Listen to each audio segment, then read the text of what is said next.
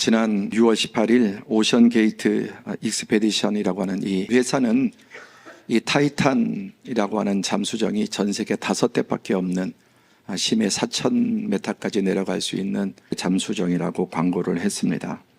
침몰한 타이타닉을 보기 위해서 타이탄을 타고 내려가다가 그 비용이 무려 3억 4천만 원. 오늘 말씀이 타이탄의 비극인데 이 타이탄이란 이름은 타이타닉과 똑같은 이름이죠. 1912년 영국에서 이 배가 건조됐고 당시 세계에서 가장 크고 화려한 초호화 여객선이었습니다. 무려 2224명을 태울 수 있는 배였는데 이름이 타이타닉. 그리스 로마 신화의 여러 신 중에 하나의 이름이 타이탄입니다. 그런데 이 타이탄이라고 하는 신은 모든 신 중에 가장 골리앗처럼 키가 크고 등치가 크고 강한 신이에요. 이 타이탄이 교만해진 거예요. 오만해져서 모든 신의 꼭대기인 제우스에게 반항하고 반역하다가 이제 그야말로 저주를 받아서 영원한 형벌을 받았다는 내용이에요. 그 주인공이 타이탄입니다. 그러니까 여러분 이 신화에서 좋은 의미가 아니잖아요. 이 타이탄이라는 이름이. 근데 여기다가 그 이름을 붙입니다. 그리고 이 배가 완공되었을 때 뭐 전 세계 큰 신문에 떠들썩하게 일면에 기사로 나왔고 이 배의 선장은 가장 유능하고 가장 경험이 많고 멋있는 선장이 이 배의 키를 잡습니다. 지나가는 배들에게 그 가는 항로에 얼음덩어리들 빙산들이 있을 주의하라고 몇 차례 위험을 알려주었는데도 전혀 속도를 줄이지 않았고 달도 없는 밤에 전속력으로 이 타이타닉호가 오만하게 항해했습니다. 그리고 알다시피 거대한 빙산을 만나 결국은 침몰하게 됐습니다. 이 배에 탔던 2224명 중 1517명이 다 수장되었습니다. 너무너무 여러분 비극적인 역사, 111년 전의 일입니다. 영화 타이타닉을 만든 제임스 캐머런 감독은 이 사고에 대해서 이렇게 논평을 했습니다. 110년 전 타이타닉 참사와 유사하다는 사실에 충격을 받았다. 경고를 무시한 매우 유사한 비극이 똑같은 장소에서 일어났다는 것을 보고 놀랍고 또 초현실적이게 하다. 이렇게 말했습니다. 그런데 저는 이 소식을 듣고 너무나 끔찍하고 가슴 아픈 일이지만은 마치 처음 일어난 것처럼 그렇게 초현실적이라는 말은 저에게는 너무나 낯선, 너무나 현실적인 문제, 우리의 실존을 보여주는 사건이라고 생각을 합니다. 왜냐하면 이런 크고 작은 일들이 끊임없이 전 세계에서 또 우리 삶 가운데서도 크게만 다를 뿐이지 이런 일들은 계속해서 일어나고 있기 때문입니다. 성경 이사야 1장 1절에서 9절에 보면은 하나님께서 선밀이라고 하는 이스라엘 민족에게 하신 말씀인데 너무너무 하나님께서 답답하고 기가 막혀서 하늘이여 들으라 땅이여 들으라 만물의 영장이 인간에게 아무리 말씀해도 듣지 못해요. 그래서 하늘과 땅을 불러 하나님이 탄식하십니다. 소는 그 임자를 알고 나귀는 그 주인을 아는데 인간은 창조주 하나님 자신의 주인을 알지 못해요. 끊임없이 범죄를 반복하고 9절에 보면은 만군의 여호와께서 우리를 위하여 생존자를 조금 남겨두지 아니하셨더라면 우리가 소돔 같고 고모라 같았으리로다. 그럼에도 불구하고 하나님께서 은혜 주셔서 긍휼을 베푸셔서 남겨두셔서 이렇게 남은 거지 그렇지 않았다면 소돔과 고모라처럼 완전히 멸절하고 말았을 것이다 라는 말씀입니다. 이게 로마를 향해서 하시는 말씀이나 아수를 향해서 하시는 말씀이 아니고 선밀이라고 하는 이스라엘을 향해서 하시는 말씀입니다. 오늘 우리 인생도 하나님께서 은혜 주시지 않았다면 뭐가 남아났겠습니까? 여러분의 가정은 남아났겠습니까? 여러분 자신의 인생은 남아났겠습니까?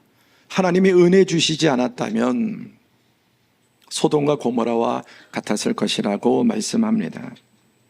대부분 모르던 일들은 그 일 전에 미리 결정되어 있습니다. 11월에 우리 학생들 시험 있죠. 또 무슨 고시 고사 있죠. 그날 가서 결정되는 게 아니라 그 전에 얼마만큼 잘 준비됐냐에 따라서 결정되는 겁니다. 그럼 가정도 행복한 가정이냐 불행한 가정이냐 허건날 찢고 째고 싸우는 가정이냐는 것은 결혼 전에 이미 결정된 겁니다. 결혼 전에. 결혼 준비가 뭡니까? 집 어떻게, 얼마나 아파트, 어디에, 그리고 혼수, 어떤 가전들, 결혼식 드레스 때 못 입을 건지, 예식장은 어디 할 건지, 모든 관심이 여기 가 있어요. 그러니까 딱 하루인데. 그렇게 다 갖춰놓고도 여러분 얼마 안 가서 깨지고, 허군날 거기서 싸우고, 그런 이유가 뭡니까? 결혼할 정신적인, 인격적인 준비가 안 돼 있는 거예요. 그러니까 이미 결혼 전에 불행한 가정생활을 할지 안 할지를 이미 결정돼 있는 겁니다. 그리고 계속 상대 탓만 하는 거죠. 너 때문에 이 다람쥐 두 마리가 쳇바퀴 돌듯이 그런 식으로 살아가는, 그 깨닫지 못합니다. 언제나 문제는 상대만 잘하면 될 것처럼 생각합니다. 천만에.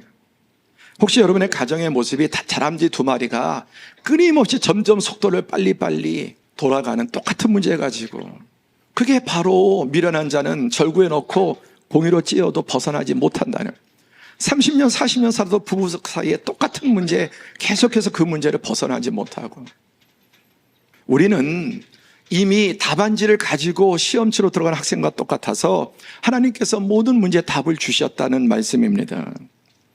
문제는 몰라서가 아니라 알면서도 똑같이 뉴스에 나오는 멘트 똑같죠. 안전불감증, 뭐 욕탕력의 어리석. 결과적으로 보면 너무나 정말 어처구니 없는 문제다. 너무나 어처구니해요. 그 전철을 밟는 이유는 이게 바로 인간의 원죄라는 거예요. 원죄가 뭐냐? 아담의 원죄가 내 안에 있는 증상은 바로 내 안에 있는 죄악성과 어리석음, 어떤 문제에 대해서는 벗어나지 못하는 거예요. 자식한테 이렇게 하면 안 되는데 알잖아요. 계속 그 일을 하는 거예요. 그게 바로 절구에 곡식을 넣고 찧어도 벗겨지지 않는 것 같은 미련함의 한 모습. 남편한테도 아내한테도 사회생활, 뭐 학생들 다 어떻게 될지 다 알지 않습니까? 그럼 어떻게 해야 합니까? 도대체 어떻게 해야 될까요? 시편 1편 1절에 복 있는 사람은 악인들의 꾀를 따르지 아니하고 죄인들의 길에 서지 아니하고 오만한 자의 자리에 앉지 아니하고, 악인의 꾀 사단의 미혹에 따르면 죄인의 길에 서게 되고 악인의 자리에 가게 되고 오만해지게 되는 거예요. 공부 많이 한 거, 똑똑한 거, 그런 거 관계없습니다. 오히려 그런 사람들이 더 큰 미끼에 물리게 됩니다. 오직 여호와의 율법을 즐거워하여, 오직 딱 한 길, 여호와의 율법, 하나님 말씀을 즐거워하고 하나님 말씀의 진리를 인정하고 주야로 그 말씀을 묵상하는 거예요. 계속 말씀을 곱씹고 되새기는 거예요. 욥기 22장 20절에 청하건대 너는 하나님의 입에서 교훈을 받고 하나님의 말씀을 내 마음에 두라. 오늘도 주님 이 말씀을 마음에 두는 우리 복된 성도들이 되기를 축복합니다. 또 시편 119편 11절에 내가 주께 범죄하지 아니하려 하여 주의 말씀을 내 마음에 두었나이다. 그래서 차곡차곡 하나님의 말씀이 내 영혼에 쌓이고 내 체질을 바꾸고 삶을 바뀌고, 그러면서 결국은 영이 더 강건하고 영이 더 무거운 사람이 되어서 하나님의 말씀대로 살아가는 삶을 살아가게 되는 것입니다. 우리 스가랴 4장 6절 시작.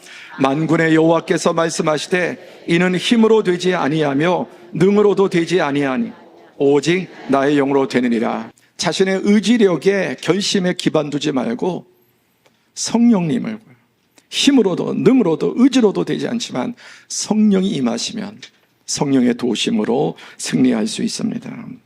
하나님의 말씀은 성령은 계속 우리 안에 신호등으로 파란불로 격려해 주시고 평안을 주시고 은혜를 주시고, 또 어떤 때는 주황색 불이 들어오고 또 빨간불이 들어옵니다. 여러분, 모든 비극적인 사건에는 빨간불이 들어왔는데도 멈추지 않았다는 것입니다. 지금 여러분의 삶의 인생에 하나님께서 빨간불을 켜고 있는 일은 없습니까? 가정에 빨간불이 들어와 있지 않습니까? 사업에 빨간불이 들어와 있지 않습니까? 곤고한 날에 돌아보고 또 평탄하게 파란불일 때 정신없이 달리지 말고 그때도 속도 지켜가면서 너무 욕심부리지 말고 멈추라, 거기서 돌아오라. 이런 하나님의 말씀의 성령의 신호를 잘 받고 한 걸음 한 걸음 겸손하게 나아가는 우리 모든 성도들이 되시기를 축복합니다.